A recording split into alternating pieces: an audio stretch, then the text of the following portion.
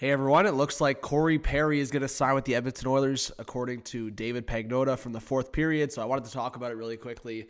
Obviously, there was a lot of rumors about Corey Perry, where he could end up if he returns to the NHL and after being let go by the Chicago Blackhawks for things that happened behind the scenes. Let's talk about it, because I think this is a huge addition in terms of the on-ice aspect for the Edmonton Oilers. So David Pagnotta put that out there. And then it's kind of assumed that that's going to happen here. I mean, there was a lot of rumors. There was a lot of rumors connecting him to other teams, including the Leafs. But I think there was the balancing act of Corey Perry going to a contending team and then also trying to stay out of the light. But, I mean, Edmonton's still a pretty big market, a huge Canadian market in hockey. So, obviously, you got two of the best players of the game with Draisaitl and McDavid. So, this is kind of the scenario for Pagnotta, saying that an agreement could be announced later today.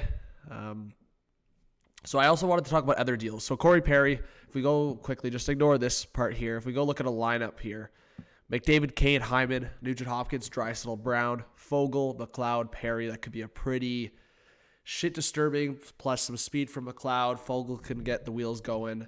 I think at times you could also move Holloway into that role.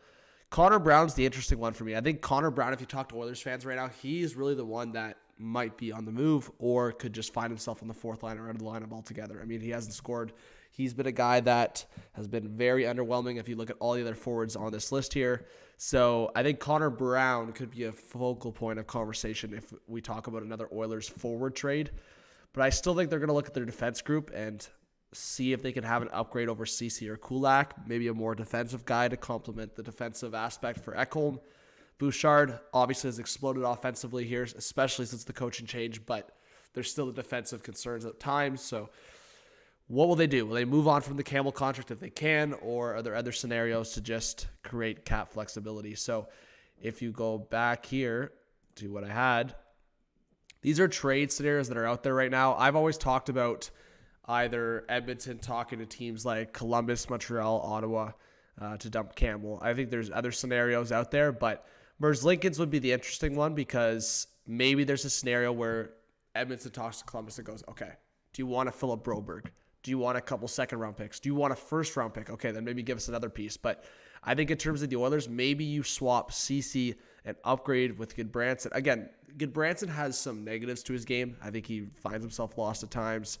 Definitely there's a lot of mistakes there. But in terms of the strength in front of the net, you're not going to have – I mean, if, for example, if Ekholm and Goodbranson were a pair, I mean, you're not going to get bullied around when those two guys are on the ice, right? So I can see a scenario where the Oilers facilitate a trade like this, go for an upgrade on Ceci maybe, or an upgrade on Kulak in terms of defensive responsibilities, and then try to dump the Campbell contract and get a different kind of goalie. But the Corey Perry signing, I mean, it's all but done at this point. So you're going to see a lineup somewhat like that, but it just comes down to if Connor Brown will get dealt or not. And a lot of Sens people, shout out the Martian here, has talked about how Steve Staios, he obviously went from the Oilers organization to the Sens. There was a lot of conversation about the Sens defense group, but that Staios himself has been really high on Shabbat. So that while the Oilers are probably high on Shabbat in general because of Staios, maybe it just defaults them to have a conversation with Ottawa about Chychrun or maybe about other players. I think Ottawa and Edmonton could have a conversation, as much as I've said that Edmonton and Montreal should have a conversation. So there could be trades out there. I've seen a lot of these guys, like a Kubalik or Brown swap, or like Brown and like draft picks and get Tarasenko at 50% retained. Again, I think there's connections there. Edmonton and Ottawa could have a conversation. The Connor Brown bonus thing for next year is really rough to look at, but if it's a team that's just trying to rebuild or retool, I don't think that affects them too much.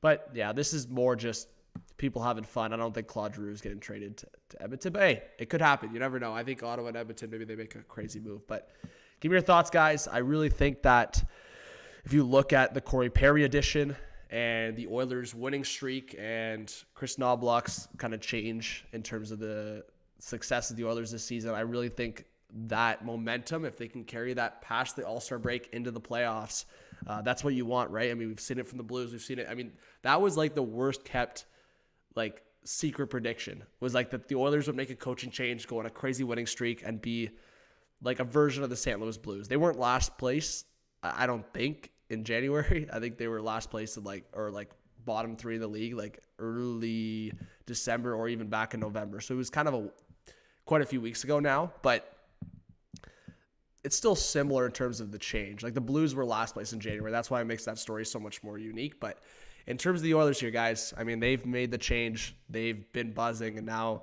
if they can keep this momentum going and like, hey, maybe at some point they're like finding themselves a top 2 or top 3 in the division and consistently. And that's how they go into the playoffs and maybe have a chance to knock off a team like Vancouver. Again, I would not want to play the Canucks in the playoffs, but imagine an Edmonton-Vancouver first-round matchup, the 2 and 3 spot in the Pacific Division. That would be wild.